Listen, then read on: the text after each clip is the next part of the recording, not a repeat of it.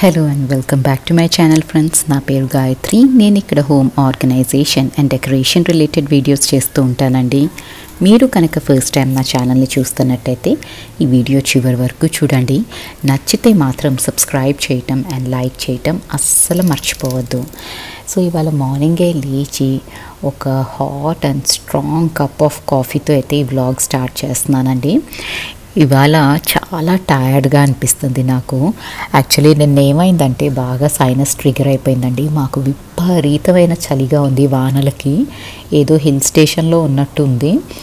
So ఆ చలికి నాకు సైనస్ అయితే ట్రిగర్ అయింది. అండ్ సైనస్ వచ్చిన రోజు సఫర్ అవుతాము, సైనస్ నెక్స్ట్ డే నీరసంతో సఫర్ అవుతాము. బికాస్ తుమ్మి తుమ్మి తుమ్మి తుమ్మి ఇన్ వన్ స్ట్రెచ్ 20-30 తుమ్ములు అయితే తుమ్మేస్తాం కదా.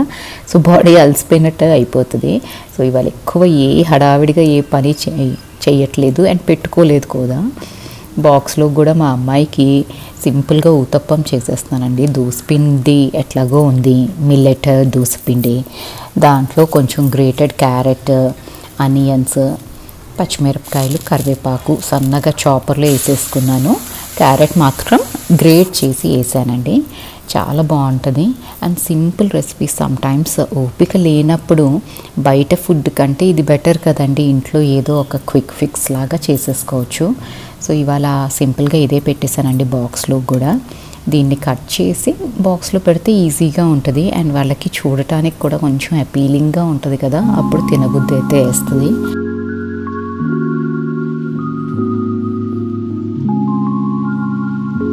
అండ్ మా వారికేమో ఇవాళ రాగి మరమరాలతో పోహాలాగా చేశానండి.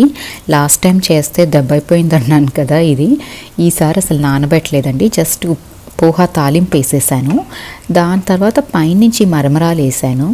ఎంతైనా ఈ రాగి మరమరాలు అన్నవి కొంచెం స్టిక్కీగా అట్లా ఉందండి, చూయిగా ఉన్నాయి ఇవి.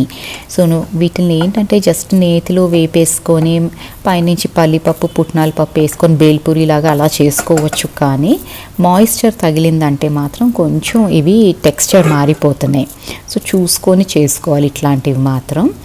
అండ్ ఇక్కడేమో నేను కొంచెం హాట్ వాటర్ పెట్టేసుకున్నాను, డిటర్జెంట్ వేసి, బేకింగ్ సోడా అండ్ ఒక హాఫ్ లెమన్ స్క్వీజ్ చేసేసి దాన్ని ఈ వాటర్లోనే బాయిల్ చేసేసానండి. దీంట్లో నా కిచెన్ టవల్స్ అన్నీ సోక్ చేసుకుంటున్నాను. యాక్చువల్లీ ఆల్మోస్ట్ 1 వీక్ అయిందండి. అన్నీ తీసైతే పక్కన పెడుతున్నాను. ఎండ లేకుండా ఆ వానలో వీటిల్ని వాష్ చేస్తే ఒకలాంటి స్టింక్ వస్తుంది కదా, అందుకని నేను వాష్ చేయట్లేదు. కానీ అవేమో చాలా అక్యూములేట్ అయిపోయింది. సో ఇవన్నీ సోక్ చేసుకొని నా బ్రేక్ఫాస్ట్ అయితే ఈ స్మూదీ తాగేస్తున్నానండి. ఇవాళ బనానాస్ ఉన్నాయి, పూజకని తెప్పించాను కదా, అవి మిగిలిపోయినాయి. సో అవన్నీ వేసేసుకొని కొంచెం డ్రై ఫ్రూట్స్ వేసుకొని స్మూదీ చేసేసాను. సో బనానాస్ కూడా ఫినిష్ చేసేసాను. అండ్ కొంచెం హెల్తీగా కూడా ఉంటుంది కదా డ్రై ఫ్రూట్స్ ఇవన్నీ వేసి. ఇదంతా తాగేసి పైన పనులన్నీ చేసుకునేసరికి 1 అవర్ అయితే అయిందండి. ఇంకా ఇప్పుడు ఈ కిచెన్ టవల్స్ అన్నీ వాష్ చేసేసుకొని ఆరేస్తాను.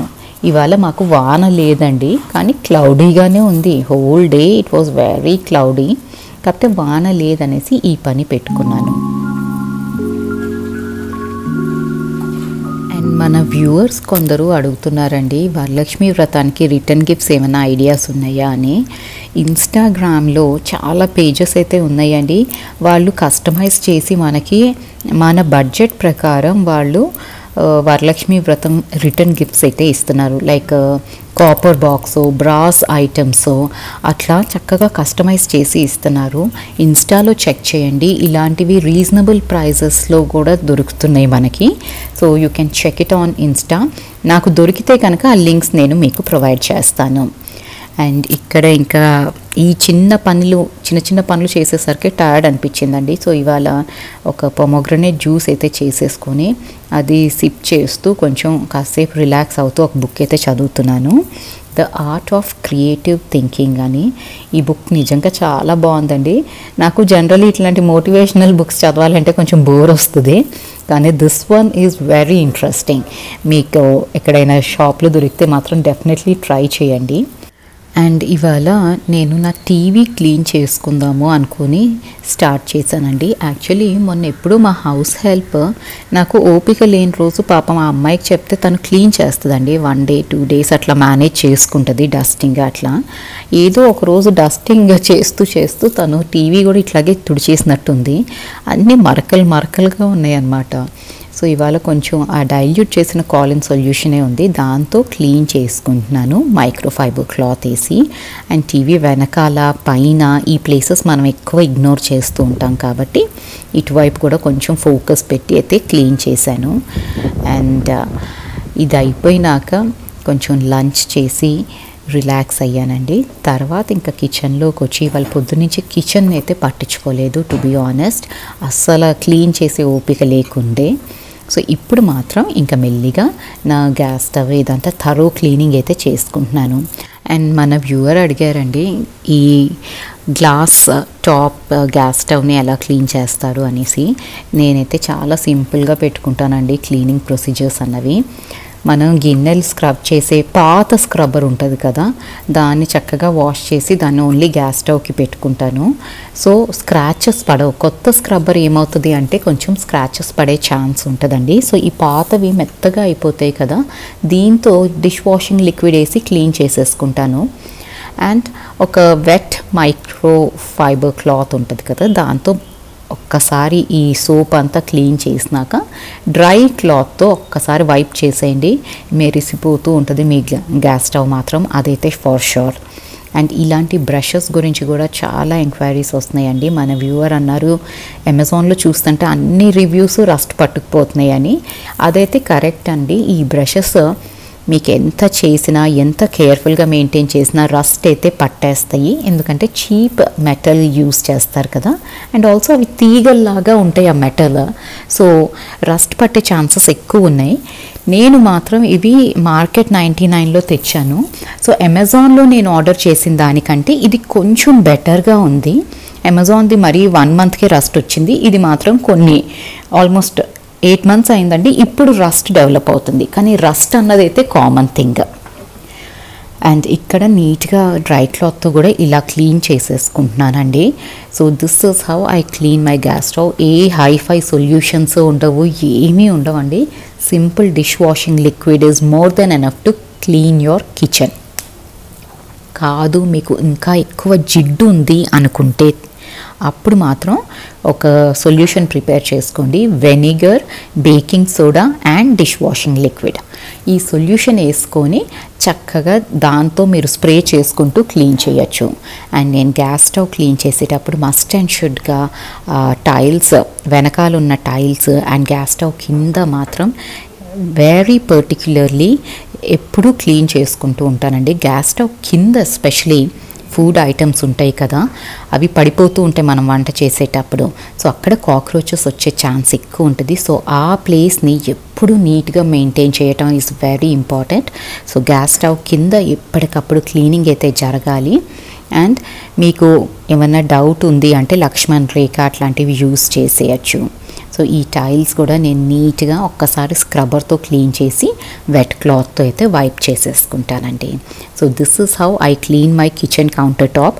చాలామంది అడిగారండి, అందుకని ఇంత డీటెయిల్డ్గా చూపెడుతున్నాను అండ్ ఎక్స్ప్లెయిన్ చేస్తున్నాను. కిచెన్ కౌంటర్ టాప్ ఎలా క్లీన్ చేసుకుంటారు అని కూడా క్వశ్చన్స్ వచ్చినాయి. అండ్ గ్యాస్ స్టవ్ చూపెట్టండి, how do you clean it అని కూడా క్వశ్చన్స్ వచ్చినాయి, కాబట్టి ఇది డీటెయిల్డ్గా అయితే చూపెట్టాను. అండ్ ఇక్కడ వరకు మీరు చూస్తున్నారు అంటే మీకు కొంచెమైనా నచ్చి ఉంటే ఈ వీడియో కనుక ప్లీజ్ అండి సబ్స్క్రైబ్ చేసుకోండి. అండ్ నచ్చితే కనుక లైక్ చేయటం అస్సలు మర్చిపోవద్దు. మీ పాజిటివ్ కామెంట్స్ ఇవ్వటం కూడా అస్సలు మర్చిపోవద్దు. మీ కామెంట్స్ ఇచ్చే ఎనర్జీ మాత్రం ఇంత వీక్గా ఉన్న రోజు కూడా ఒక వీడియో చేసి పోస్ట్ చేయాలన్న మోటివేషన్ నాకైతే వస్తుంది మీ కామెంట్స్ వల్లే. సో ఇలాగా అంతా క్లీన్ చేసి అయితే సెట్ చేసుకుంటున్నానండి. ఈ రింగ్స్ ఇస్తారు నా గ్యాస్ స్టవ్కి, కానీ అవి కూడా వాష్ చేశాను కాబట్టి డ్రై అయినాక అవి పెట్టుకుంటాను. ఇప్పటికైతే స్టాండ్స్ పెట్టేసి సెట్ చేశాను. సో ఇలా అయితే నీట్గా అయిపోయిందండి కిచెన్. అండ్ ఇవాళ మార్నింగ్ ఎగ్స్ ఆర్డర్ చేసేసాను. ఇన్ని రోజులు ఇంట్లో ఎగ్స్ నాన్ వెజ్ ఏది పెట్టలేదన్నమాట. సో సో ఇంకా ఇప్పుడు ఎగ్స్ అయితే ఆర్డర్ చేశాను.